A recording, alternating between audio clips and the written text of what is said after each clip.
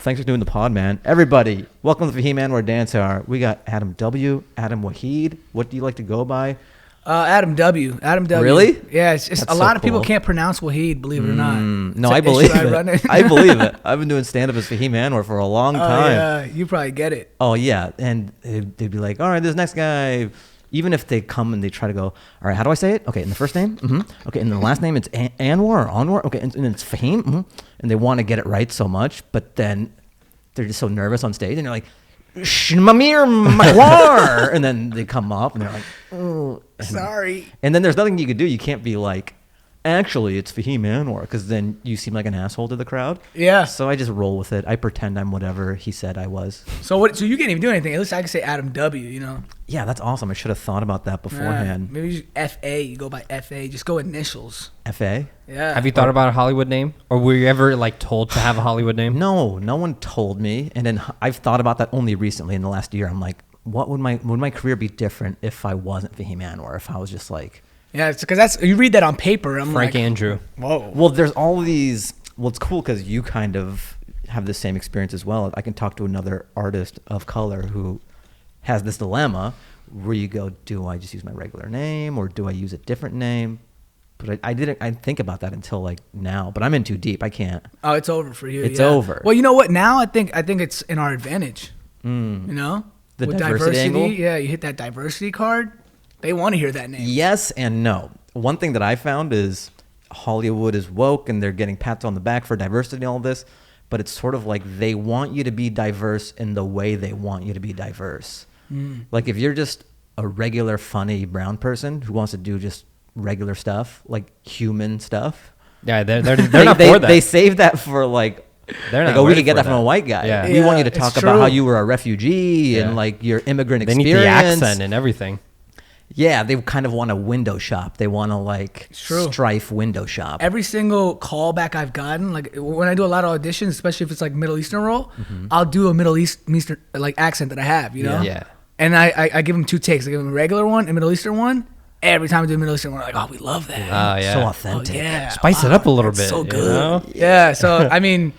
But does shit. that bother you going in where you're just like, fuck, I got to keep doing this? I mean. Because I'm assuming you know other Middle Eastern guys, and you're like, not all of us have these accents. None of us. Yeah. Literally nobody. Yeah, Nobody yeah. at all. I mean, it is what it is. I mean, at this point, I'm just trying to book something, you know? That's true. So Well, this is like something I did- wanted to ask you as well, though, because I feel like you know, if anyone doesn't know, AdamW is like huge on Instagram and with sketches and all that, and you've really, you're like a really great level that not a lot of people get to, and you'll still audition for these things. But in my mind, someone who straddled old Hollywood when I started just doing stand-up, there was like a path to do it. Yeah. And the way it's evolved with like social and Instagram and all that, like it seems like you're like Hollywood 2.0. You've reached the pinnacle or whatever, and booking and acting thing seems backwards to me at this point, where I'm like, you're your own boss, you're doing like way less work for like way more money. Like doing the acting thing is kind of for the love, or what's your view on it? Yeah. So, I mean, at first, I'm thinking like, oh, I want to like get into Hollywood. This is the way to get into Hollywood. I got to act. Of course, now, like, I pick and choose the auditions I want, right? Like, only like stuff that's worth it for me. I'm not going to go read for the role of like some guy number 5 in like some sitcom no one's going to watch, right? So, I mean, I'm more pick and choosing, but at the same time, it's like, yeah, I don't have to go away for 3-4 months to shoot a show where I'm going to get paid a fraction of the amount that I'd make posting in one day from just shooting 2 days, and then I'm on to the next thing. So, I mean, like, it's more so, I guess for the accolade, it's definitely not for the money. Of course, you have, like, the top guys in Hollywood, right, who are the A-listers. They're making crazy money, right? But your typical, like, regular working actor, I mean, I don't want to say they're not making money, but they're not making anywhere near, you know, as much as you can make on social media. So it's, like, almost like...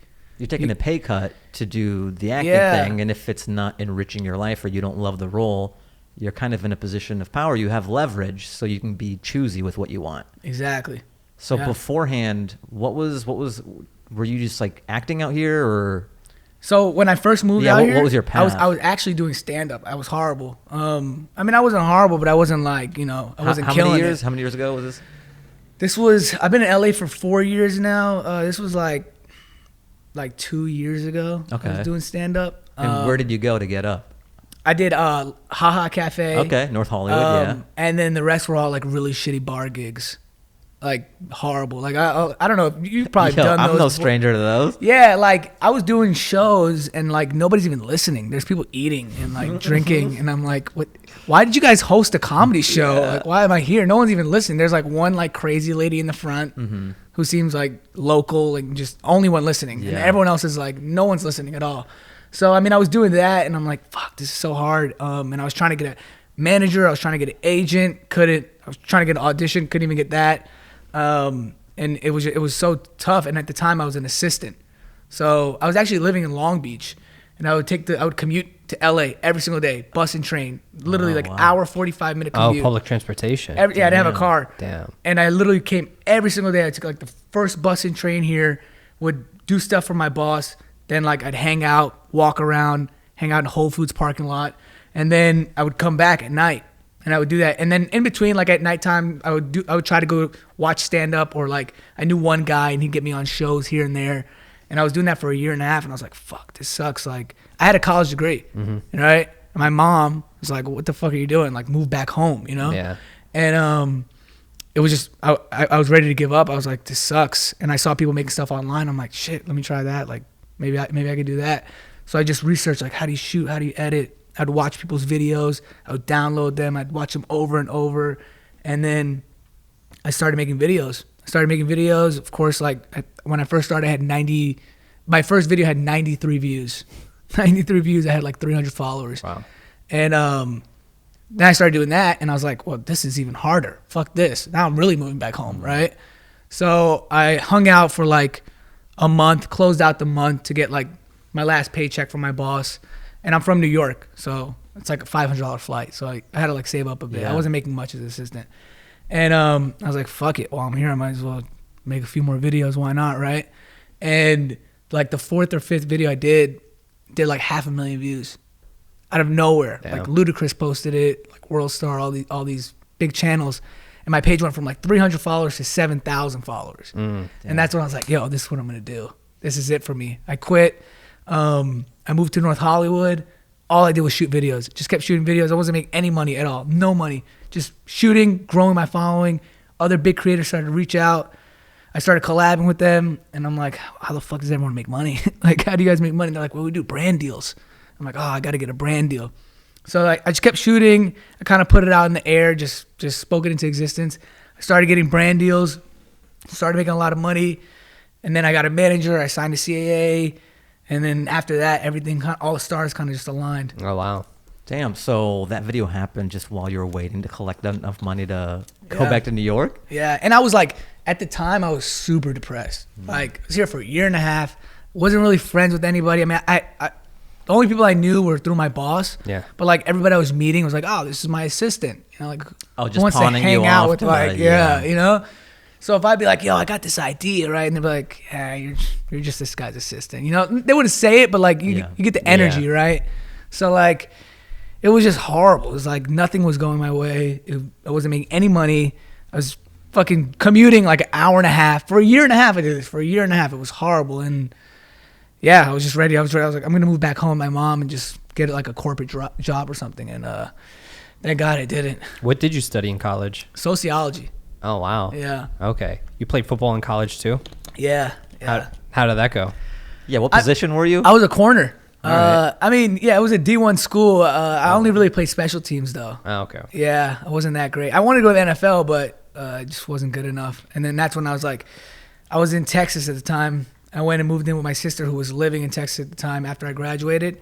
And she was the one that came up with that. She's like, oh, you should be an actor. You're pretty funny. And then I knew a guy in LA. Flew out here. My cousin was staying in Long Beach. He was like in a studio, so I was throwing him like $300 a month, sharing with him. And then this guy hired me. He wasn't paying me much, but it was enough of a reason to move out here. What kind of assistant were you? Just like day to day, just scheduling. For what? What did the guy do? He did music. Okay.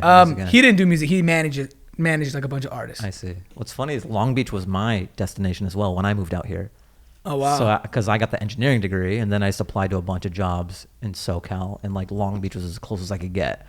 So I was working in Boeing in Long Beach by day, and then, but you had to do public transportation. I had a car. I was driving up taking the 710 every night to like the Comedy Store or like. Damn. Or like you were doing engineering though. Yeah. That's funny because that's what my cousin was doing. Yeah, the thing is, The parallels of these stories. Wait, are you my cousin? Maybe. It's a very Brown thing to do, just to like, Yeah, have a career as the day job, and then Exactly. the thing is, like, time is time. People are like, "Oh, I can't believe you did an engineering degree." Like, well, if not that, I would be a waiter, or I would be. You still have to work by day. Yeah, for sure. You just have to go up and do the thing at night. Yeah. So stand up. Well, how did you like it? You didn't like it, or it was just kind of doing all the shitty shows? And Yeah, it's rough. I mean, it's an art. A lot of people are like, "Oh, you do comedy." Like, comedy is, you could break it up in so many, like, sketch comedy is so different from stand up, Yeah. and even sitcom like comedy versus like film comedy. It's just so elaborate. Even IG comedy, like Even there's IG a real comedy, art yeah. to what you do. That Yeah. like I'll think of something and maybe there's too many moving parts, and like yours is pretty distilled. I watch your stuff and I'm like, this is the funniest shit ever. But certain formats work on Yeah. Instagram, right? Like, I have so many ideas, but I only put out the ones that I know work for the platform, and then I only put out the stuff that's brand friendly, because I know, like, okay, if I put out stuff with cursing or this or that, I'm just not gonna get collaborations from companies. Are It's you just- saying Disney's not going to team up with me? Are you Yeah. saying I'm not going to get the Well, American Doll sponsorship? I mean, now that I'm on here, they might see this at least. no, but- this is a clean podcast. We're very brand friendly. I'm trying to scrub my image after Yeah. the fact.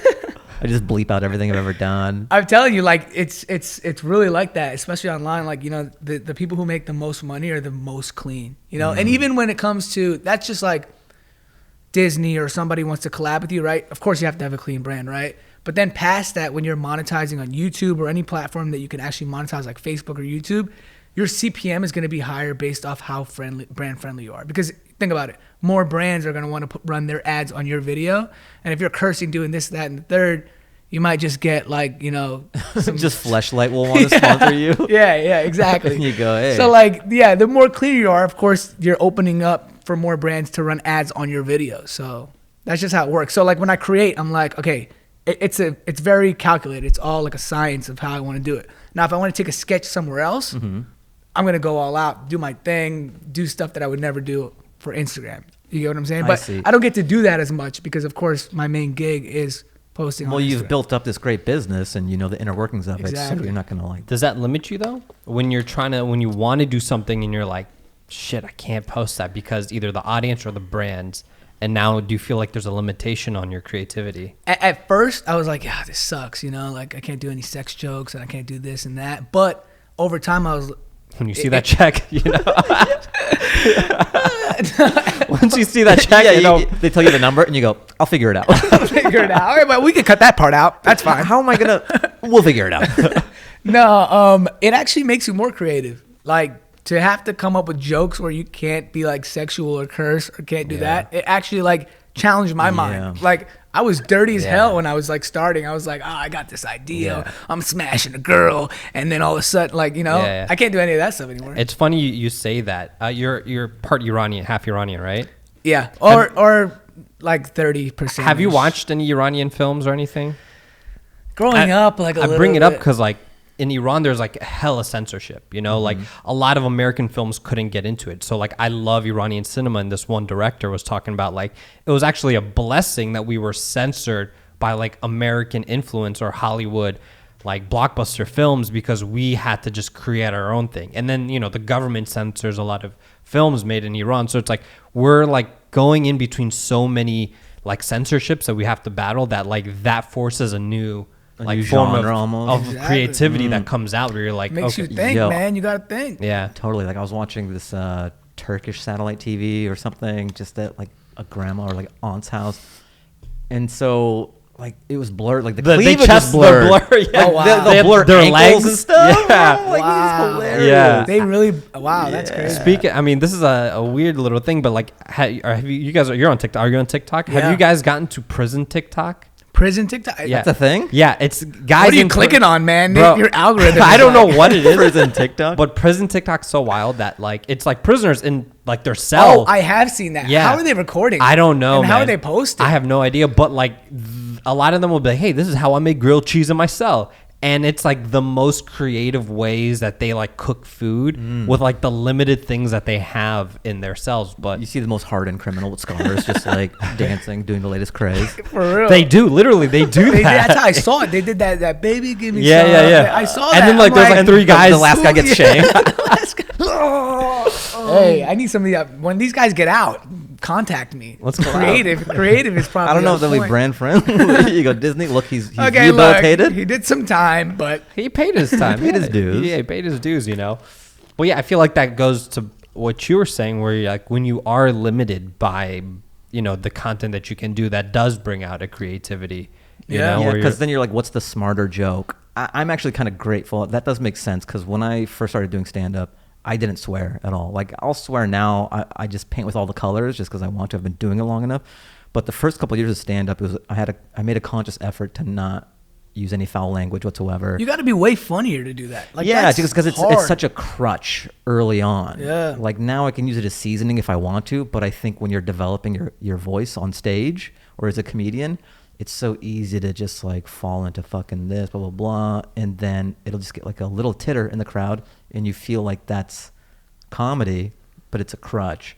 So when Yeah. you have these clean constraints, it actually can elevate your comedy. And then I took the training wheels off like years later once I kind of felt comfortable or more formed. Yo, when I went to your show that first time, I was choking. I was laughing that hard. Like I was, and it's really hard to make me laugh because like I just see stuff all day and it's just like, you know, you watch other people's stuff and Yeah. like I'll appreciate it. Like, oh, good joke. That's a Yeah. good joke, you know. But I won't actually laugh out loud, bro. I was crying. I was literally done. It was hilarious. Thanks, man. Yeah. I mean, that means a lot. And stand up is so, it's very hard. It's very hard because when I was doing it, it was like the worst is when you say a joke and then like you pause for a laugh and no one laughs. It hurts so bad. Yeah. 'Cause it's like, oh wow, all right, let me go Yeah. on to the next. I don't know. You Yeah. just do it enough, and then it becomes less precious. So Yeah. now, because people will be like, "Oh, what if a joke doesn't work?" or "And it doesn't work." Yeah. I think when it's bad is when the audience can tell that like the comedian. It's that pause, or yeah. they When you- really need it to be showered with the laughs, and when they don't get it, they can tell that it's going to be a weird car ride for them. At Yeah, home. yeah. But like if it doesn't work, I'll roll on to the next thing just because you've done it so many times. Yeah, it's tough to get a hang of. It's definitely tough. I remember I did a set for like 7 minutes. I did like a 7-minute set and I recorded it. Yeah. Right. That was like the cool thing to do, or that's what every comedian does. I had no clue. I was just like, oh, I'll record it. On Just- your phone or yeah, on my videotape? phone. On my Okay. phone, right? Yeah. Just like audio. Yeah. See like what I do got that all the most time out. still, just to like hear what works. Yeah. Because you can't tell when you get up there. Like In the what's- moment, Yeah. especially early on, you kind of black out. Like if you're a 1 year or 2 year comic and you get up there, you're not in the moment, so you kind of are on autopilot, and your recollection of what happened on stage is not what really happened when you listen to Yeah, it. at all. Because Yeah. I listened back to the tape and I do this set just bombing the whole way. No one's laughing. Like little like, you know, like nothing serious, right? And like 4 or 5 minutes in, I started this joke. It wasn't working. And I'm like, fuck, like I can't keep telling this joke. Like it's really elaborate, but none of it, if this stuff's not working, the rest of it's not going to work. Yeah. And I was like, all right, let me like try some crowd work. And I go to a guy and I'm like, where are you from, man? It's like the typical like conversation starter.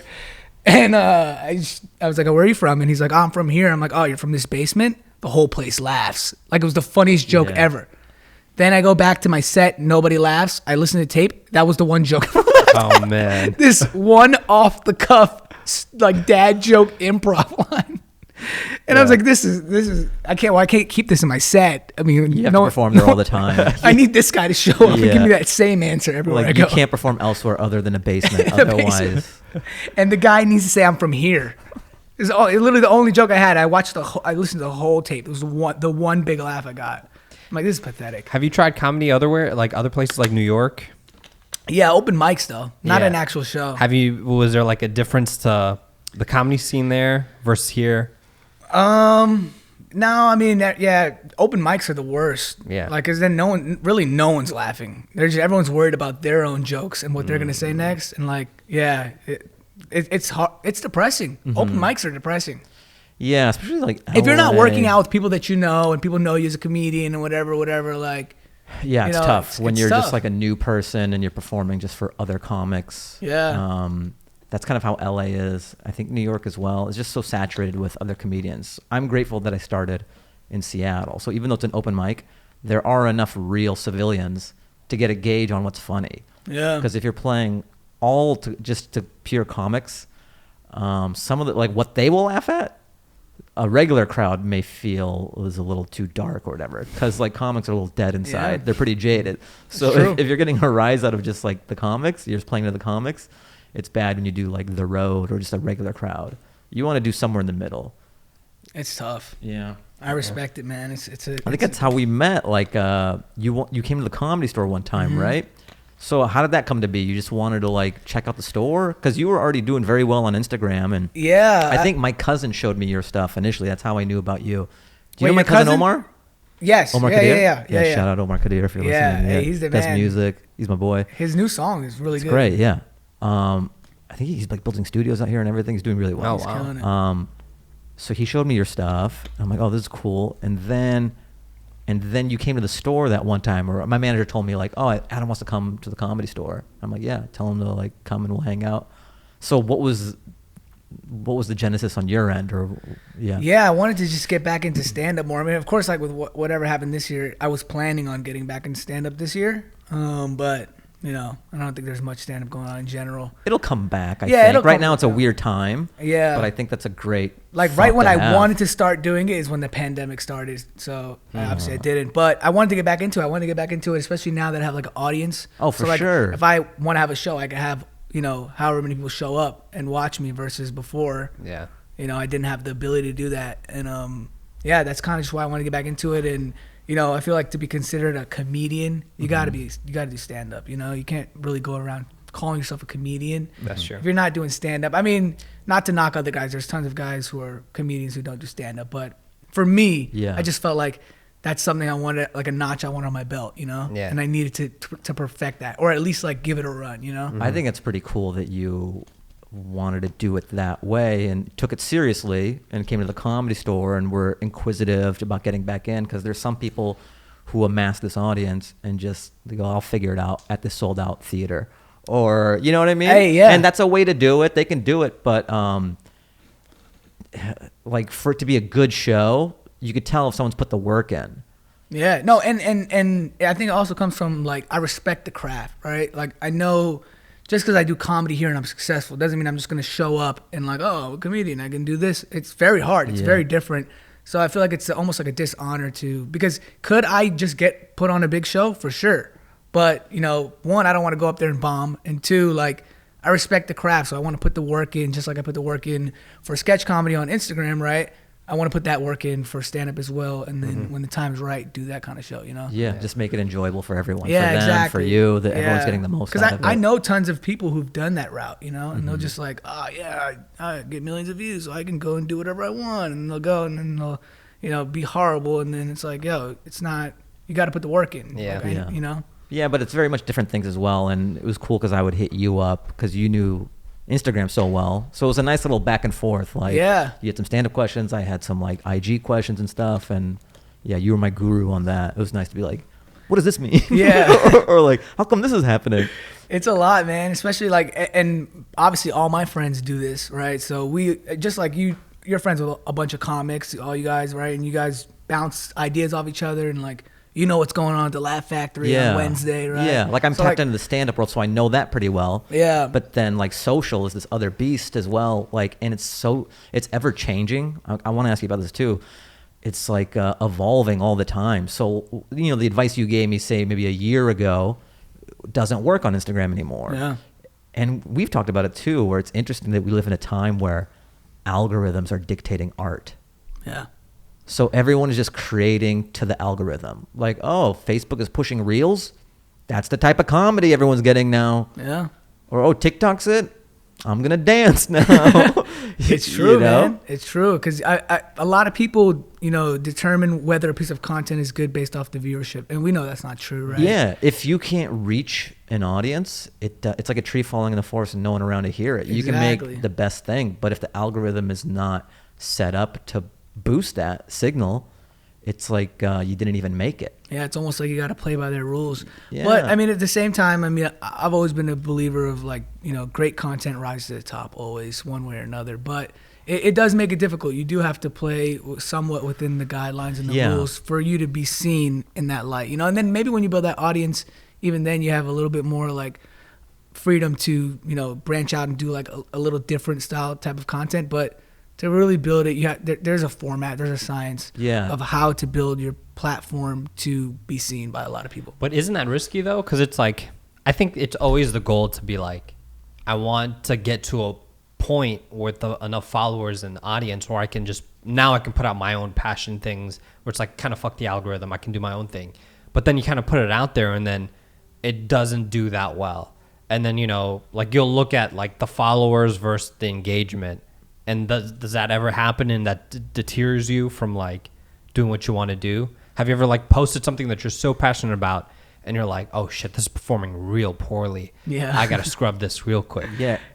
Has that for both of you guys? It turns everyone into a studio exec. Yeah. You know what I mean? You'd be like, all right, this is canceled. No more of this. It's true. Yo, the stuff that I spend the most time on ends up doing the least views, and then something I like don't even care about, it's like millions of views. I'm like, what? Like I put so much work in and spend so much money on this video. It's like such a like handcrafted concept. Yeah. And then something like where I like one take do something like that goes crazy. So it's tough. It's tough to gauge, but I wouldn't necessarily say it's the type of content you make. It's the consistency of posting and knowing the platform. Like what a lot of people don't know is like people will create a video, right? Mm-hmm. And it might be a funny video and it might suck. It might do really shitty views, right? But that's because of your past actions on the platform, right? If you're not consistently posting, you're not in that spot in the algorithm to where that video would take off. Does that make sense? Like you'd have to have something very, very viral, like a crazy idea for it to go hit those numbers. Yeah. And if you're not using every service of the platform, and what I mean by that is, so there's different like on Instagram, just Instagram alone, there's different services, right? You have stories, you have reels, you have IGTV, you have regular in-feed videos, you have pictures, and you have live, right? So that's six things, six types of ways to post on Instagram, right? If you don't use every 6 of those things weekly, you have an algorithmic score. So your algorithmic score will not be high if you're not using live, but you're using the other 5. Or if you're just using you're just posting pictures and 60-second videos. Your algorithmic score is gonna be very low because it's based off how many services you use. So the more services they add, the more work they give us. Yeah. And in order to maintain that engagement and maintain the growth, you have to use everything. Even if you post let's say you're posting pictures, your pictures don't do as many likes, right? You still have to post it to maintain that algorithmic score. So even if it's a low liked picture because pictures don't do well on your page, you're still adding to the bottom line of your algorithmic score. So it doesn't matter how many likes it got because it's going to help out your other stuff, if that makes sense. It's pretty complicated. I didn't know this shit. This is crazy. I didn't even know because I haven't even been posting pictures on Instagram. Yeah, so you're just posting videos, right? And that's why your page is not going to grow because you have to use everything. More avocado toast, more sunset. Yeah, and then I'm famous. Hey, no, what I'm saying is that's why a lot of people back in the day when Instagram first started, it was so easy to grow because all you have is pictures. Yeah. So just post pictures consistently, and you're in the algorithm. Yeah. Now they add video. Oh shit! All right, I gotta post pictures and videos. Oh shit! Now they added stories. Now I gotta post 3 of these a day, and I have to post weekly, whatever. Then they added this and that and that. So I don't ever have time. Yeah. That's just Instagram. Like, I can't have kids, Facebook, babe. YouTube, they added a new service. Yeah. Yo, I'm telling you, yeah. And that's just Instagram. And then I'm posting daily on TikTok. I'm posting daily on Facebook. I'm posting daily on YouTube. It's a full-time gig. It is a full-time job. And that's what I tell a lot of people who are like, oh, I want to dabble in this. I'm like, you got to treat it like a full-time job. It's not something you can kind of do on the side and kind of hope that it takes off on its own. Sure, you'll have, the anomaly that, maybe you might get lucky with a viral video, but to continue that. But even then, right? Like nowadays, you hit 1 million views on something, right? That's nice. It's cool. But then tomorrow, someone just hit 10 million. They forgot about your video. Yeah. It's over with. Yeah. So what is even really 1 million views anymore? You got to hit this every day. Oh, that's the other thing too, is you never let up. Because once you kind of take a break to JT it or something. Oh yeah, it's over. You go right back down. Yeah, all the credits in the algorithm that you've accrued it's stripped away and you're like starting from scratch then, huh? Yeah, I mean, think about like how much 1 million views is on one video. It's a lot of people. Yeah. 1 million views, right? A lot of eyes. Then after that, like it's just that's it. It's over. Like you can't just get 1 million views and be like, I'm set in life. Yeah. I made it. It doesn't even matter. Like there's gonna be the next guy. Not even the next guy. Like hundreds of thousands of other people are hitting millions of views the next day. Yeah. So you just get washed through. So it's like you have to build that consistency. Can you just be proud that you hit 1 million? You get 1 million, but it's like, Just you know, go to the beach and reflect on the 1 million? Or do you got to get it every week? it's a big deal. You know? Yeah. It's a big deal. I remember the first time I hit 1 million views on a video, I was like, call my mom. I was like, You're crying? famous. Oh my God. This was like 3 years ago where like Pull it up. 1 million views was, I mean, I don't want to say it's not a big deal now. It is, but like is. back then, like when I first got 1 million views, like that was like, nobody was just hitting 1 million. Yeah. There wasn't that many people, you know, so it was a big moment. Speaking of your parents, how do they feel now about what you do? Have they ever been like, okay, you had your fun, now go back to whatever you were going to do? Or Like they, now? now? No, not now. No, not now. At first, my mom was like, she didn't even know what Instagram was, you know. She was super confused. She's like, yeah, you have a degree. Why do you not go get a job? Yeah. And I was like, no, I'm like making videos online. And she just didn't get it. And then now she's like first comment on every video, fighting with fans in the comments. Oh, man. I'm like, don't fight with the fans. Like, you know, it's fine. But she's like really, really into it. And then like, I think at first, even when I was getting like, I think I had maybe like 300,000 followers, which was like a big deal, right? And she didn't think it was a big deal, and she didn't even really know what was going on. And then when I went to New York one time, there was like, it was literally the randomest thing, like a 5 school buses of kids, like a field trip, like pull up right when we're walking, and every single, like literally 500 kids attack me. And like we had to get like escorted out by police, like there was 2 police guys like right over there, and they just escorted us out. And she's like, oh my God, you're really famous. And I was like, I told you. You're like the Beatles. Yeah. So after that moment, that was like kind of like, she was like, oh, this is a big deal. Yeah. You So know? okay. So they never questioned your career path after that. That moment was like, it almost was like I set it up, like it looked fake. Yeah. Like from a movie. Yeah. Yeah. If I Literally- wrote that, you'd be like, that's too fake. Make it 1 bus. It was 5 buses, like 30 kids on each bus, and just Damn. like, oh my God, it's AdamW. Yeah. No, Because my stuff's like brand friendly, so I have a lot of kids who follow me, you know? Like a okay. lot of people's parents tell me like, oh, you're the only person I let my kid watch because you don't curse and things of that nature. So just by that alone, I have a lot of kid followers. yeah. So what do you think your main demo is? I think it's 18 to 24, like statistically, if Ooh, I that's look a at sweet everything. spot, baby. Oh, if I was Old an ad, enough. if I was an ad, no, I just mean as an advertiser, you know, like isn't that like Yeah, that's the money. That's the money spot. yeah, they buy 'cause all the 13 to Go-Gurt, 17, they buy yeah, all the Twizzlers. They buy all of it. Yeah, 18 to 24 is probably the best demo to have. But I mean, I have. It's pretty broad. Yeah. I've had like a baby in a stroller stop me once. What? I swear. How'd It was that like one of the work? babies that was too big to be in a stroller. Okay. But okay. you know, he's still in a stroller. It's like a 10-year-old kid. He No, goes, he's stop the stroller, mom. AdamW, big fan. It was a Here's my 5-year-old. card. It was a Damn. 5-year-old. It was a 5-year-old. Wow. 5-year-old. Yeah. That's crazy. Do you Yeah. have niece and nephews yourself? Yeah. Are they on Instagram? And Yeah. Oh, okay. And they watch all my stuff. So and my nieces too. Oh, wow. So like she knows. If she saw me in the street and didn't know me, Yeah. and saw, she wouldn't recognize me. Yeah, because like my nephew watches YouTube, but like all the other social media platforms, like he's not aware of it. He's like 6, but like YouTube is his thing. But it's very like Legos, like other kids playing Legos and stuff. My niece loves JoJo Siwa. You guys know who that is? No. You know, I didn't know what You it watch was. her stuff. Huh? You watch her stuff? No, so this is the way that I Is found she out that about tall her. girl? Yeah. So I follow Chloe Feynman on IG. She's on SNL. Okay. She does like Drew Barrymore. She's like great. She's a great impressionist. But her IG, I wonder if this is before or during when she was on SNL. But like she did a JoJo Siwa impression. And so I saw that first, and I'm like, what is this? Who is this? Yeah. So I saw her version of it first, and then I saw her, and I'm like, oh my God, this is like brilliant. And then Yeah. I went down this rabbit hole. I go, yeah, this is interesting. Yeah. My niece, she's 2, and she like buys the merch. She She's a knows- sideways ponytail. Yep. Oh, okay. Like okay, my okay. niece bought the bow that she sells, like the Wow. shirt. So like, if my niece was walking in the street, you know, she would see and saw her. Yeah, She yeah. would definitely be like, "That's JoJo Siwa. I want to take a picture with her." And she's 2. Have you met JoJo Siwa? I actually haven't met her. No, I think we have like quite a few mutual friends. Mutual friends? Yeah, but I haven't met her. I mean, I could try to set something up. Please.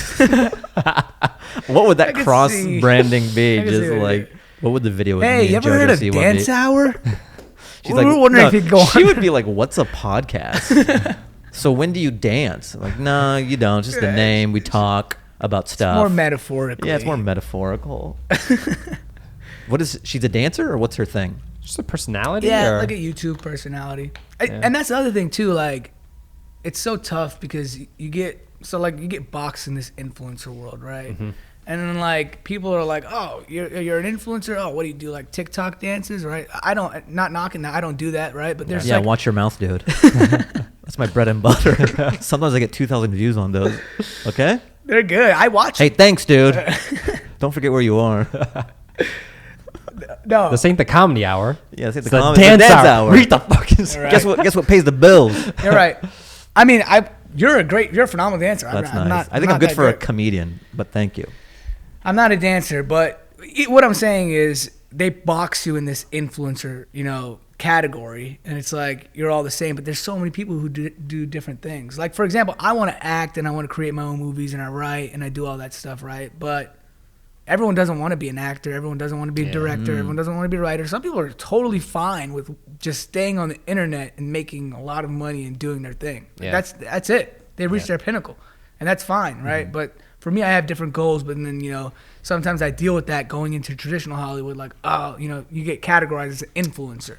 Yeah. Yeah, that's And it interesting. makes it harder. to think about. From the outside, it seems like, oh, you have a lot of things and people are envious of where you are, but then there are these hurdles in where you want to be as well. So that's kind of interesting that I want to hear more about, where you want to write, you want to act more, and maybe you will get in these doors and you'll want to do a thing. Do they ever try to bait and switch you? Do you ever try to use the influencer to kind of like one for you, one for me, to use it as leverage? How do you navigate that? It works on like smaller projects where they really want to get the film out there or something like that, and they'll give you like a role, and a lot of times the role is playing an influencer in the thing, and they're like, yeah, just come on set and then like put up the camera and be like, welcome to my channel. And I'm like, I don't even make content like that. I don't ever say I don't even talk. Yeah. Everything I post is a character. It's Yeah. like me acting. It's You're not like a daily vlogger. Yeah, I'm not a vlogger. You don't And, say what's up, guys, before all your videos? No, I know. Hey, make sure you guys like and subscribe. Smash that like button. Smash that like button. Smash that like button. No, I don't. So, and a lot of times when I get roles like that, that's what I'm talking about, the box. Like they just assume like, I did one thing, I forgot what it was for. It was some show, and they were like, I was interviewing with the producers, and they're like, all right, we know you're a huge prankster. What's the best prank you've ever done? I'm like, I've never even fucking done a prank. So I just made up a prank that I did because I Oh my wanted the God. role. You've never even seen my page. I've never done a prank ever. So, yeah, it's tough to maneuver though. I don't think it really works in your advantage, to be honest. Like a lot of times when I go into things, I don't say it. And then if you find out after the fact, cool, Yeah. and maybe it'll help. But a lot of times I feel like it's almost like turns them off. It's like, oh, this influencer, he thinks he's the shit because he's got millions of followers. Fuck this guy. I don't think that way. Yeah. I want to do the part. Yeah, and I'm like, I'm here. I did the lines. I really put some work into this. I studied. Yeah. I don't think I'm shit. I have very low self-esteem. That's why I'm here. Give me the part. So I feel like a lot of times it works in your disadvantage, to be honest. But then you talk to like regular working actors, like, man, if I had a following, I'd be booking all these roles. And I'm Yeah. like, no, you wouldn't. I think there's all this cross envy going on. Yeah. Some people they'll be envious of that, and then you'll be envious of that. Just no one's. It's not that easy. The only good part about it is like I'll go into an audition. I'm like, I don't give a shit if I get this or not. Yeah. It's actually inconvenient if I get this because I have a lot of work to do. Yeah. So it's almost, and it takes like the pressure off. So you go in there like, most of the time the people who get the roles are the people who don't give a shit. Totally. They go in there like, yeah, whatever, and they get the part. And then the person who studied all night, you could like, Yeah. I would go before pre-COVID. I would go in the rooms. I've seen you in a bunch of rooms. Yeah. Not you, but like a lot of other people. You could just see the tenseness. Man, for sure. Right, and then you can literally smell the desperation. You look at that person and you go, just go home. Like, I don't even need to see you go into, like, we know how this is going to, like, to be that wound up. and then to be like reciting your lines into a wall, where you Yeah. saying like, "What do you mean? I told you I was there Tuesday. Okay, well, this is the last time that you walk all over me." Or they go to the bathroom, you can hear them doing lines, like not of coke, but like they're just like sitting on the toilet and they're rehearsing their scene. Like that's not a healthy process. It's rough. And then like even me, like I kind of, when I started like making my own projects, like a little bigger things, you know, I sometimes cast and stuff, and like it was cool to be on the other side of the table. Oh yeah, totally. And I'm like, the second someone walks, I'm like, no. You know, because you could just like, when someone's that desperate and it's showing and they're so nervous, I'm like, this person's not, when there's a camera up and there's like 30 people behind the camera, this guy's going to choke. Yeah, you go, this is a flip cam, and he's freaking out. He's puking over a flip cam. Imagine when we get some lights. Imagine we get a gapper in here. A boom operator, his head's going to explode. That's what I'm saying. So like, I feel like that helped with my audition process as well. But I mean, that's the one good part about it. But like I said, it's like this, it's this thing where people think like regular working actors like, oh, that guy has a following. Life's so easy for him. And then, you know, on this side, when you have followers, it's like, I'm not saying that guy's life's easier than mine, but it's like almost not as much pressure because like, you know. At least he can be seen with clear eyes. Exactly. Where there might be this Well, he gets seen baggage. as an actor. Yes, He's getting seen as yes. an actor, where I'm coming in and I'm getting seen as an influencer trying to act. And it's like, this cocky guy, he thinks he's better than everyone. That's like, I constantly get that feeling from like people in traditional Hollywood. I'm like, I'm not like that at all. And it's probably just because there's a few people who did do that to them. Right. And now they have that bad taste in their mouth, right? Because that may come off on you. When I go in the room, I say I'm better than all of you. Like I'll verbally say it because I don't have these other things for them to draw off of. So I have to look, you know, the writer in the eye. I have to look the casting director in the eye and the director and then whoever's manning the camera, the assistant. And I go, I'm better than all of you. Then so all just of the first scene, and then I do it. But that is a good point. How I think it's less about, oh, I got this huge following and that makes acting easier. I think it does in the way that you are comfortable or that you're not you have a position of power. Just you know, you're comfortable with money and you got your own thing. You're busy, so this is just something to do, and it's not precious. Yeah, and that's what makes it like once that like realized that, that's like I didn't feel as bad when I didn't get an audition or go in the room. Yeah, I did this one thing for CBS once. It was like a sitcom or something. I went in, like stumbled the first 3 lines, forgot the line, looked at the paper, like just bombed the audition, and I walked out and I'm like, God, I suck. This is horrible. Like, I definitely didn't get that. Like, this is so embarrassing. This is like in front of CBS casting directors or whatever. And I was just super like down. And then the security guard was like, AdamW, can I get a picture with you? And I'm like, life's not that bad. Yeah. So, yeah, you know. Yeah. When you go in there and you really don't give a shit, I feel like that's when you things always happen, get it. man. Yeah. That's when things happen. I noticed a turning point with me. I think like, well, when you get enough stand-up spots, I would do an audition and whatever happens, and I would just like, oh, I have a set at the store tonight. So I have that. Yeah, exactly. I'm worried about doing sets, or I'm busy enough where I'm not dwelling on this thing for like a week. If you get an audition and you're just like analyzing 3 lines, yeah, and then you just it. reek of desperation, then you're gonna say lines like not even a human would. Yeah, and then they ask you to try a different way, and you're like, I practiced it for 7 practice it one days. way, so I'll come back in 2 weeks if you want me to try it 2 different ways. And then I think after GOATFACE, for some reason that was like a mental thing for me as well, where I felt like I've accomplished not everything I want to do, but all right, I have an hour special, I have an hour sketch thing. It's a big deal. That's kind of all I wanted to do, or not all I want to do, but those were big bucket list things for me, and I've done the thing. So every audition since that is just sort of like playing with house money. Yeah. And I've got stand up, so I go, if this works out, great. But if not, I'm not gonna tie myself in knots over this. Exactly. Yeah. And I think the auditions have been better, just because you don't need it as much. Now it's like all self tapes, and it's like, how do you feel about that? Great, but it's like, I mean, I think just as a creative, all of us, we're like, I could do it better. In the room? I could do like when you self tape, like at home. Like, I watch a take, I'm like, yeah, I could do it better. I like the self-tape, though, because you have so much control over the final product. Like, they don't know this, but this could have been your 1,000th take, and you will not be able to do the job. Yeah. But in that one take, you're Brando. That's all you need. Yeah, because sometimes in the room, you're worried about wasting their time, or you bumble something, and then some people aren't good in rooms. Some people are better self-tape. I have a buddy who just Aristotle loves going into rooms. Oh, yeah. Because he's like boisterous, like He can win the room. he can win the room with his Man, that's personality. big, yeah. Yeah. Are you a good room guy? I'm pretty good on both. I wouldn't say I'm better or worse at either. Yeah, I'll go in there and I'll say like a corny little joke, get the casting director laughing a little bit, and then do my lines. I mean, yeah, sometimes it's better. I feel like you're. They get a feel for who you are. Yeah, and all that. you could be more charming in person than like on a tape. But what if you're not charming? What do you do? You I'm go like Jeffrey Dahmer when I go in there. I have glasses even though I don't wear glasses, and I go, where do I stand? Where do I stand? On the Right. X. Do I face the wall or do I face the camera? They go, the camera, obviously. Right. All right.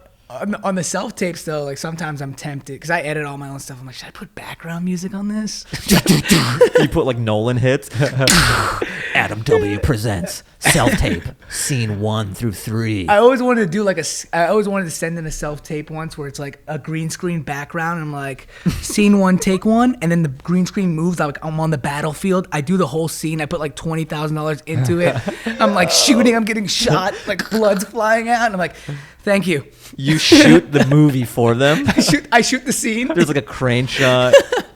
I shoot the whole scene. Yeah. And then after I get up and I slate. You, 6'2", AdamW, Hollywood. Hilarious. You do like the death scene where you're like, real bullets and your buddy's like holding you. You're like, and there's music swelling, and then after you go, Adam. Hey, we're actually just gonna take. Can you send us these files? We're just gonna put it in the movie. Yeah, we're just gonna put our our logo on the top and then add credits. Send us your lighting guys. We'll put them at the end too. Yo, but imagine like the casting team like looking at that. Imagine you do it and they go, you're still not right for it. Even though you fucking kill it in this movie you've made. You basically make Dunkirk and you send it in and they go, you're just not right for it. We'll give you a call. Yeah. We'll call you. I always want to do that though. That'd be hilarious. I would love that. I want to do a sketch like that, but then I'm like, are only actors going to get this? Oh, audition. Yeah, inside baseball stuff. Yeah, that's another thing when you create sketches, like some of the funniest stuff, like only we would get. And then it's like, I can't post this. No one's going to laugh. No one's even going to get it. You go, AT&T's not going to like this. Yeah.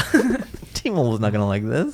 Yo, a lot of people don't even know about like the film world. Oh, I know. All. Yeah. Like my mom is like, Leonardo DiCaprio makes the best movies. She thinks he's making the whole movie. I'm like, there's a director, directing, and like he didn't write these lines, and like. And to that though, she probably thinks that you just need to be friends with Leo. They think it's that easy. I love immigrant parents' ideas of how Hollywood works. They go, call Jay Leno and have him give you the Tonight Show stand-up spot. Yeah. Like he's in the Yellow Pages.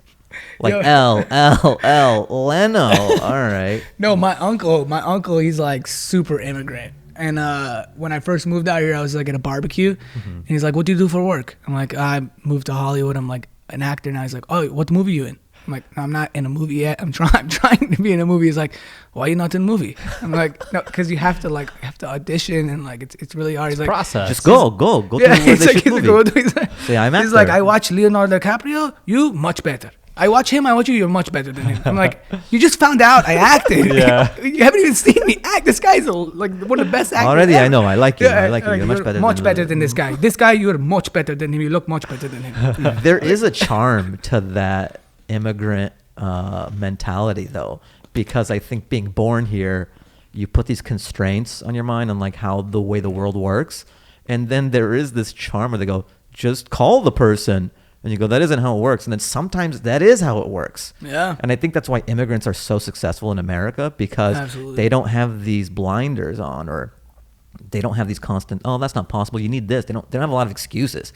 It's like they fucking came to this country like that was an anomaly to begin with. So everything else just is like running downhill. Yeah, it's like we it's funny to us, but like the more uncommon you think, the better chance you have of making it out here. Like it sounds ridiculous out of my dad's mouth, but then when I think about it, I'm like, no one is doing that. As much as I want to think the world doesn't work that way, I guarantee you more people are thinking like me than what he just said. Exactly. Even my job at Boeing, I got it in a very weird way. Like I didn't think it would work this way. I was trying to get jobs in SoCal to like live out here while I would drive up to do stand-up, but I needed to get as close to Hollywood as I could. So my dad works at Boeing, but he wasn't a bigwig or anything. He's kind of mid-level. He couldn't pull any strings to like get his kid hired somewhere, but he had access to the Boeing contact database. So he just found some Long Beach managers, and he gave me their emails and phone numbers, And he said, just email them, say you're graduating. And I'm like, Dad, that's not how it works. You got to go through Monster. You got to, and like now that I'm on the other side of it, I know that like Monster is bullshit. I know if you're just like a faceless resume on one of these sites, very rarely does it ever work out. Maybe a headhunting service you can get, they can staff you. But your greatest in is a personal in. I know I've given jobs that way, someone like a cousin or something, and that personal connection. That's how. So my dad gave me those emails, and I just kind of cold emailed them and said, "Hey, I'm in town. I was interviewing in Anaheim at some cabinet manufacturing place, and then while I was at my aunt's place, I emailed them, and then I got a phone call, and they're like, "Yeah, well, can you do this?" I go, "No, I'm going back to Seattle." I go, "Well, we'll do a phone interview." I did a phone interview when I was back home in Seattle, and then they gave me the job in Long Beach. Wow. But it's all from this old school way of thinking of just cold call them or cold email. Yeah. Yeah. If you think common, you're losing. I'm actually learning. I'm trying to learn how to think even more uncommon. You know? Yeah. I'm reading this book called U Squared. Have you guys heard of it? Mm-mm. It literally teaches you how to think uncommon. Like the more grounded you are and the more common you think, where like when I first moved here, I'm sure you heard this. A lot of people were like, "Oh, it takes like 6 years for the average stand-up comedian to blow up." That's the thing, right? Did I make that up? That sounds like short as fuck, but That's that'd be great if it was 6. Well, no, yeah. Well, and then this whole time I'm thinking like, "Oh shit, I have to do this for 6 years to get a shot. I don't want to do this for 6 years. I'm like 23. I have to do this this is horrible. I don't want to do that." But that's just a rule someone made up. That's just the common way of what it is. And because now you've trained your mind to think it takes 6 years, it's going to take you probably 6 years or more. Yeah. But who's to say I could go on stage for the first time tomorrow. I can kill it. And now this guy did it in one day. Now that's the new standard. You know what I'm saying? Yeah. And that's kind of like when I was doing that, I was like, I'm going to do videos. And then obviously, I found success way faster. Yeah. Yeah. So I found that too. Like rules are rules until they're not.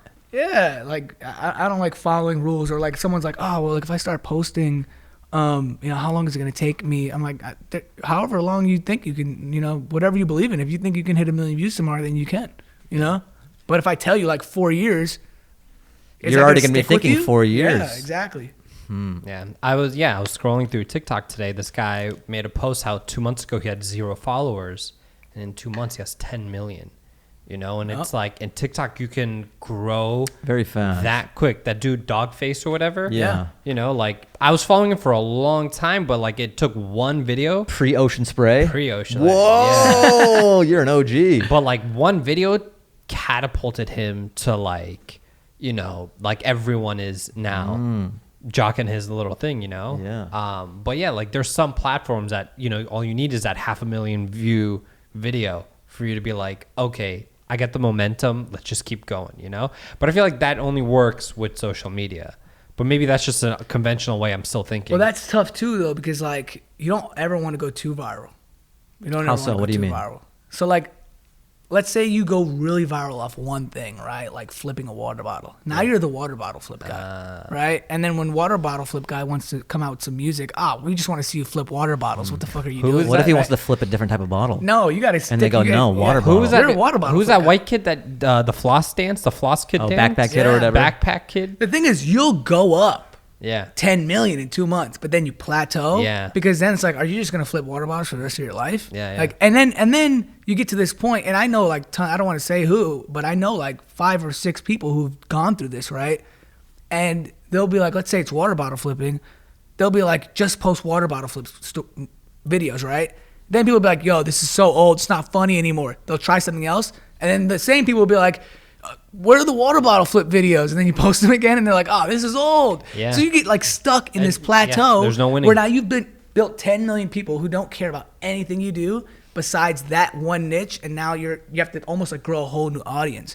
So it's almost better like gradually growing. Like for example, my following, they've been following me, and I've been growing at a fast rate, but not like 10 million overnight, right? But it's been growing at a fast rate. But these people, I can change stuff up, and they're gonna stick. They're with with you. Yeah, because they know. I mean, granted, if I started doing music or something, maybe not. But in the comedy space, I'm not doing a specific thing.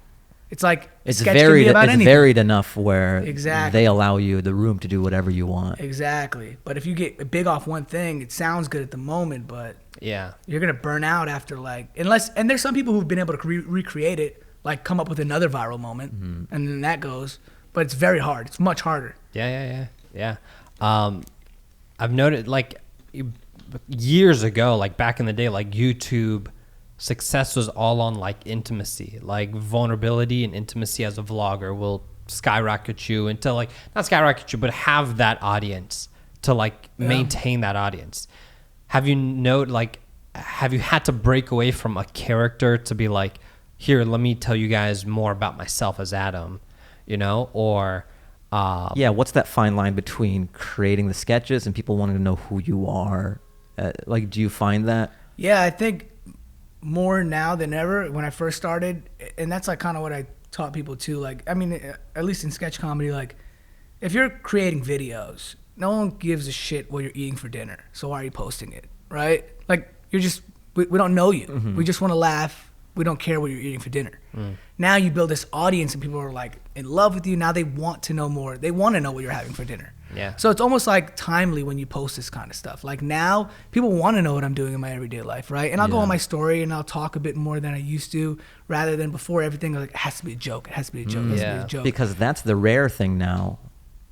Whereas before the sketches were the rare thing, and now they know your body of work, but personal you, they don't get a lot of it, so there's more of an appetite for it, I think. Exactly, yeah. And I mean, and that's just what I do, sketch comedy. Of course, like if you're a vlogger and it is all about personality, so then you do have to put that out early on because that is your content. Yeah. But for me, that's what I've noticed, and you know, as I go along, people do want to hear more about what I'm doing for my everyday life, because now it's cool because they know my body of work, like you said.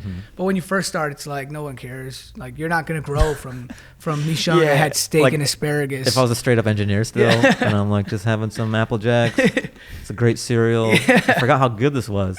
All right, I'm gonna go to work, guys. Now it's a brand deal. Now it's a brand deal. You want me to have Apple Jacks? Yeah, you gotta pay me. Yeah, so I mean. Yeah, I think as you grow your audience, people are more curious and they want to know. And you want to, it's like this, I post every single day, no matter what, right? And you just have to keep recreating yourself. Every day you have to put something out. You can't bore these people, you know? Yeah. It's almost more pressure when you have a bigger following. Because when I had a smaller following, I was like, I'll just post this, and if it's not funny, then my mom and my cousin will be like, oh, it wasn't funny, you know? Who cares what they think? And now you got to think about the 5 school buses.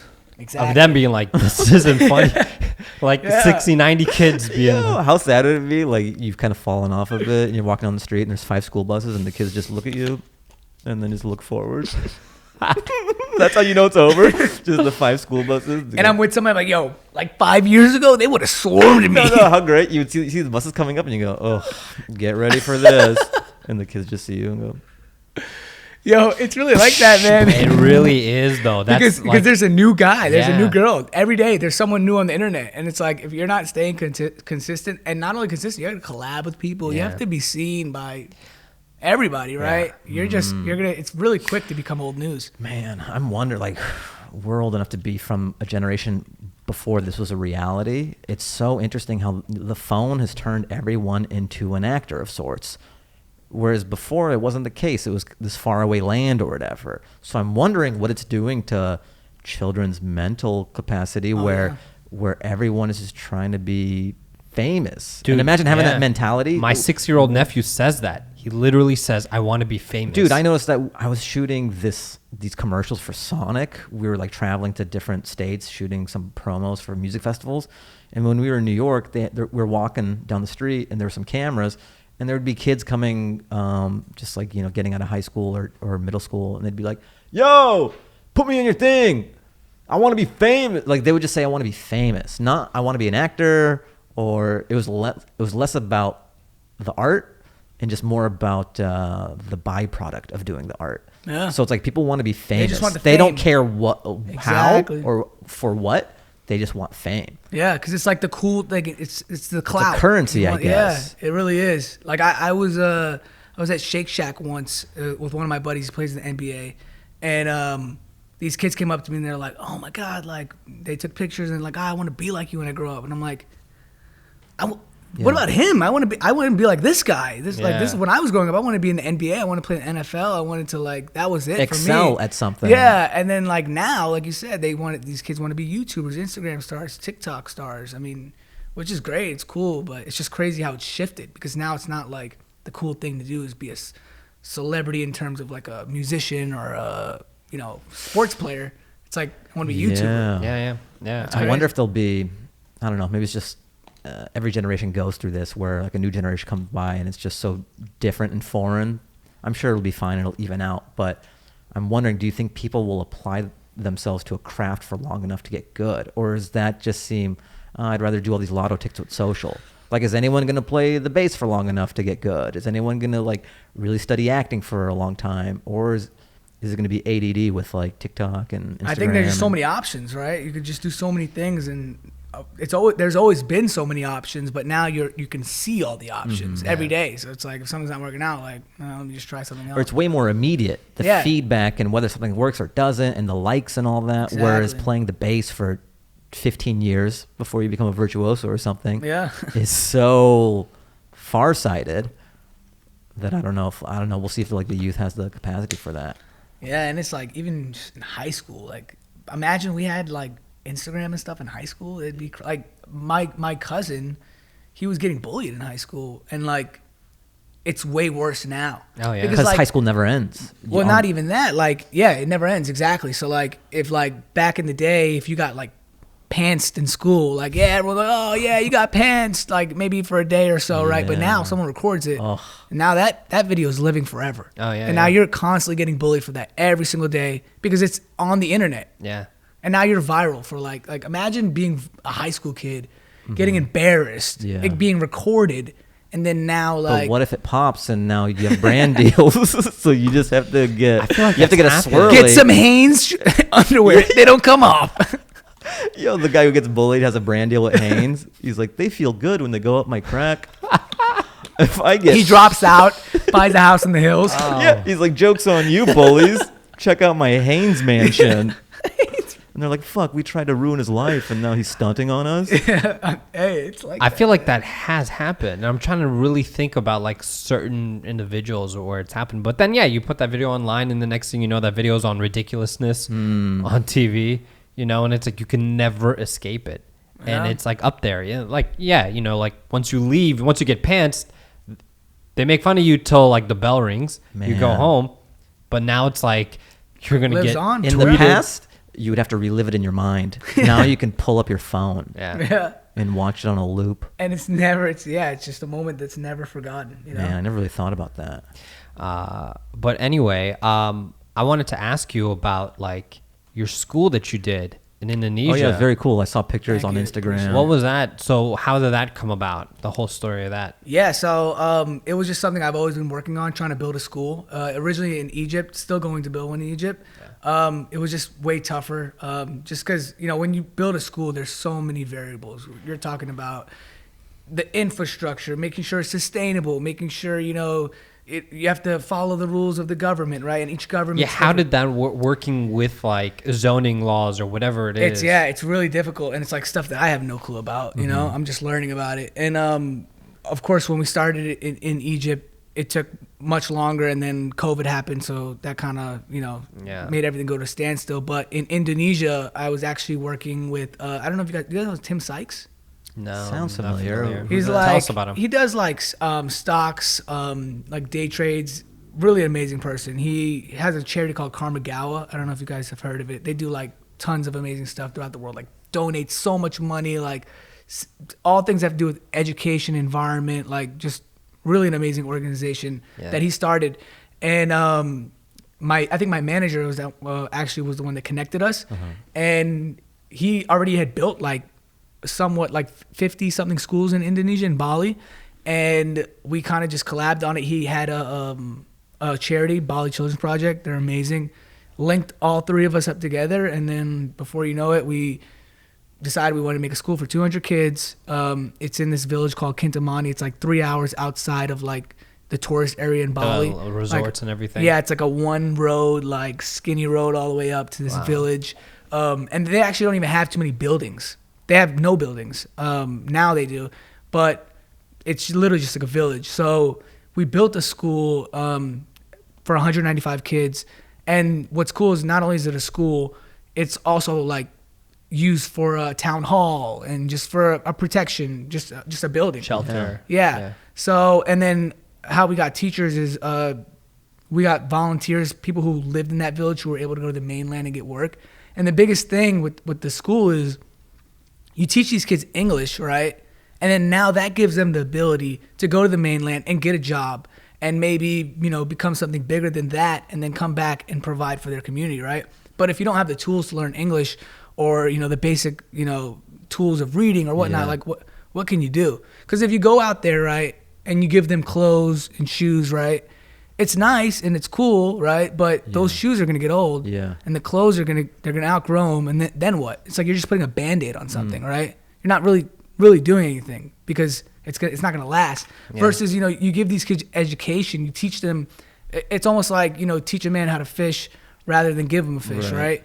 So now you teach these kids, and is every single one of them going to go and become a CEO? Maybe not, but maybe one or two, and they come back and help the rest, and it's kind of like this cycle. It's like generational that ends the now. cycle. Yeah, exactly. And then, of course, like, we did provide, like, clothing and shoes and stuff like that, you know, but like I said, those are all just Band-Aids. It doesn't really make a difference. And I think the greatest thing you can do if you have a platform is giving kids and teaching education to people who don't have the opportunity. Like, none of these kids had an opportunity. So now 200 of these kids have an opportunity, whether what they do with it or not.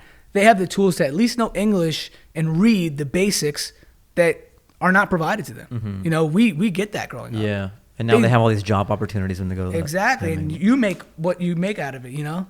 And then you come back and help the rest. So kind of like these two volunteers, they come and they teach at the school, but, you know, they didn't have a school and they learned it. You know, they learned English, and I guess they just went to the mainland and just winged it. Yeah. You know, and or maybe they it were out. outliers, and now you're trying to make it less rare. So one of my goals is to just keep going to villages like that and just putting some type of infrastructure, some type of school with the basics, just to at least learn how to communicate with people and read. And then the rest, like, you know, you go to college and you go whatever and pass that for further education. But I think it's huge, and it's like, I think it's the greatest thing you could do if you have a platform. And it's like, even when I did that, a lot of people when I posted are like, oh, like, you could build a school, but you don't have to brag about it, right? And I'm like, well, hopefully that inspires someone else. Exactly. It's not about, like, check me out building schools. Exactly. And even if it was, that's still dope. You still built a school. Yeah, but you're not on a Bentley. Exactly. You're on a school in a village. Yeah, like, aside from that, like, I remember even like the Black Lives Matters thing, people were like commenting like, yo, just because you went to the protest, you don't have to brag about it. And I'm like, yeah, I'm posting this for awareness, so you can see this and you can join. You know, like, even with the school, when I posted it, we got so much money in donations. People started donating to the school, and that all went to the school. I'm not posting it to be like, I built a school. I'm posting it because, and that's just one aspect of it. There's so many other influencers that hit me up and they're like, yo, you built a school? How can I do that? Yeah. Like, you do it for that. You don't do it for the one troll. Yeah. And there's always going to be that guy who takes the worst angle of everything.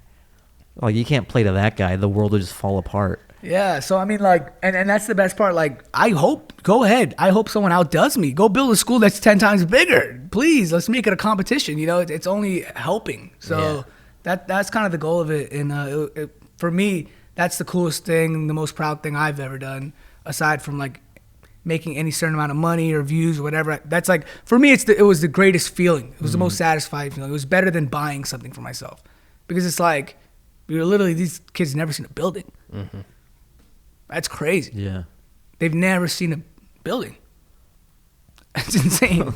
They don't have anything. So it's like, it's almost like, you ever drive like a Lambo and you show like one of your friends is in a Lambo and they're like, whoa, this is a Lambo? Like, That happens to me all the time. Digital dash. I'm always showing my Lambo off. For me, it's my Mazda 3, and they go, whoa, this is a Mazda 3? This is a 3-speed? This is a, stick shift? Dual exhaust. I go, they exist. But, like, that's like, you know, when you do that, I feel like a lot of rich people do that. They'll, like, bring someone who has never seen a certain thing, and then, like, it's a thrill for them. Yeah. They're like, what?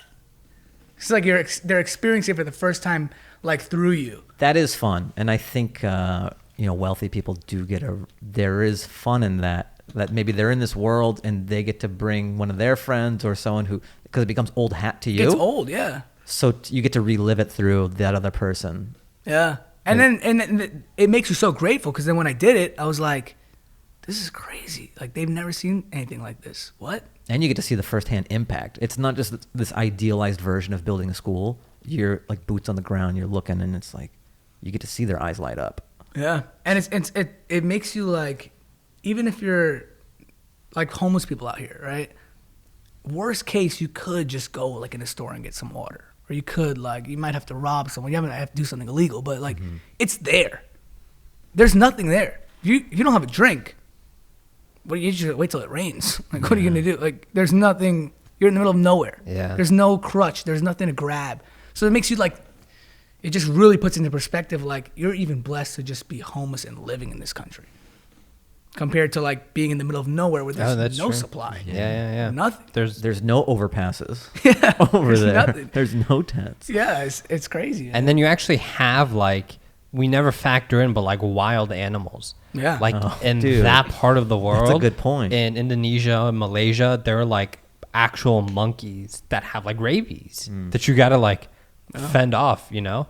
I mean, not all of them are violent, but you know, that's a factor. I like how you're trying, like, you're gonna get attacked by the monkey commission on the internet.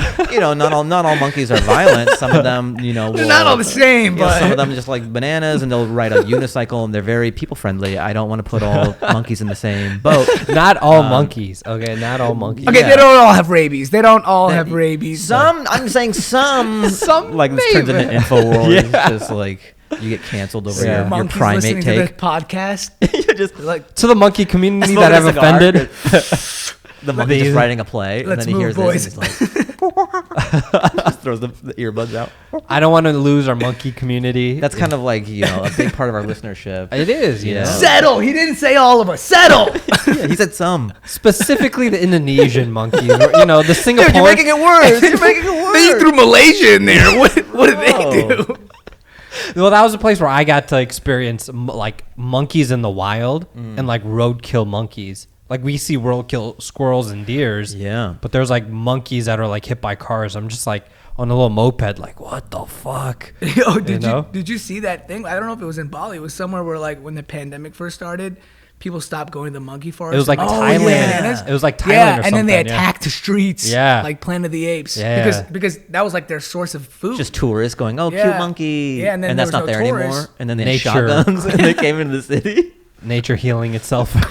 yeah, that's it. Yeah, it was crazy. Did you have any interaction with this since we're on this monkey topic? I did go to the monkey forest in Bali. Okay. It was crazy. Yeah. Did they have rabies or were they? Not all. Not all of them. No, I mean it was cool. It was like there's not even like you just go to this forest. Have you guys been to one of them? No, I haven't. No, but yeah, something similar. There's like you go to this forest. There's no workers or anything. There's just wild monkeys. It's like very dangerous. I don't even know why people do this. You just go there and you have nuts and bananas, and these random monkeys just come up and eat. And You it's just not hope it works regulated at all. Yeah. There's no waiver. There's no, like Yeah. it's crazy. I went to the spot in Malaysia in Kuala Lumpur, and there's like this like I think it's a Hindu temple. Man, the name is slipping my mind, but anyways, there's a bunch of tourists, and the monkeys are like violent. They will, if they see anything that could be food or a bag, they will come and snatch it. Yep. They'll snatch your cell phone out and like take off. Once it's gone, it's gone. You Yeah. can't chase a monkey up a No tree. way. You know, but and they'll like take bags and literally like climb up to a tree, dump your shit out of your purse, and if there's nothing, they just like chuck it and they just keep going, man. That's why they tell you don't bring stuff. Oh, Like, because they'll just like snatch it yeah, out. like keep everything like Yeah. I like how the last part of this podcast has been very, very monkey informative. This went from building schools. If you guys are in that part of the world, Southeast Asia, Yeah, and you what guys is- are. Don't have any loose clothing, is what I'm saying. We're gonna chop this up for clips, and then like this monkey chunk. What if it just gets like 2 million views? And we're like, what? This is what people responded to the most. Yeah, that's Stranger things. Welcome have to the happened. internet. Yeah. That is a weird thing of the internet, man. No. Wow. But yeah, man, I feel like we've We've hit We're it. ending it on that. I guess We're ending it on dude. monkeys. Where can people find you? Look at your stuff. Like he needs any help. I know. But tell him. For our 5 listeners that tell your fans where Let they me can tell find you guys us. where you can find them Please. on their own platform. No, AdamW, just at AdamW on everything. Yeah. Okay. A lot of times people are like, well, where can I find you? I'm like, AdamW. They're like, that's it? You're just AdamW on the internet? I could have You actually. put sunglasses on and you. When I first started, I actually could have had Adam, the @Adam. Get the Whoa. I didn't do it though. Because you wanted to stay true to your roots with the W. That little ethnicity in there, you know. No, you can't just be like, unless your name's like freaking Tom from Slash MySpace can do or it. something, you know. Yeah. You can't have a regular Madonna. name. To be the, That's a good point. yeah, because there's like Adam Sandler, there's like Adam Levine. That's probably it. But like, you can't be just Adam, you know, unless your name's like Zendaya or something. Then you're good. There's not like a like couple Zendayas. Dude, I should have just been Fahim. I fucked yeah. up. Why are you not Fahim? Why am Yeah. I can't do it over. Is there a Fahim on Instagram right now? Probably. At Just Fahim? by himself? Yeah, @Fahim. Probably. You should see if you could get it. If not, should fight that guy. But you think? People have taken my handle on what's your TikTok, handle? Baluch X. I put an X at the end because there's so many Baluches in the world apparently. But on TikTok, somebody took Baluch X inactive account and they're just holding on to it. On TikTok, I tried to have Fahim Anwar. Someone had it, so I have to be Fahim Anwar comedy on Did TikTok. you message the person? No. I messaged the person. Really? And they didn't. And you said meet me at this time. I said. And then you bring some backup monkeys. And you go attack. Attack. You said you're all the same. He goes, they have rabies. Joke's on you. Hope you like rabies. My monkeys are loyal.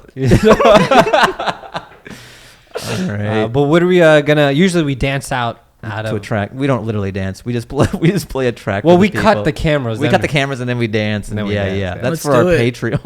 Our Patreon. Patreon. Our OnlyFans. Is there any what song are we gonna go with? All right, this song is called London. It's by Bamily. Ooh. I just been turned on to this band. I love them. They have a couple tracks that I love, but the latest one that I like is called London by Bamily. It'll be on the Fahim Anwar Dance Hour Spotify playlist. Exciting. Yeah. All right. Thanks for doing the pod. Hey, thank you for having me. Of course, man. dude. This was fun. We got to do stand up when it comes back. Yeah. I'll take you around. Yeah, we gotta do some videos. For sure. We got to. Look out for it, guys. It's coming. See you next time. Peace. Peace. Peace.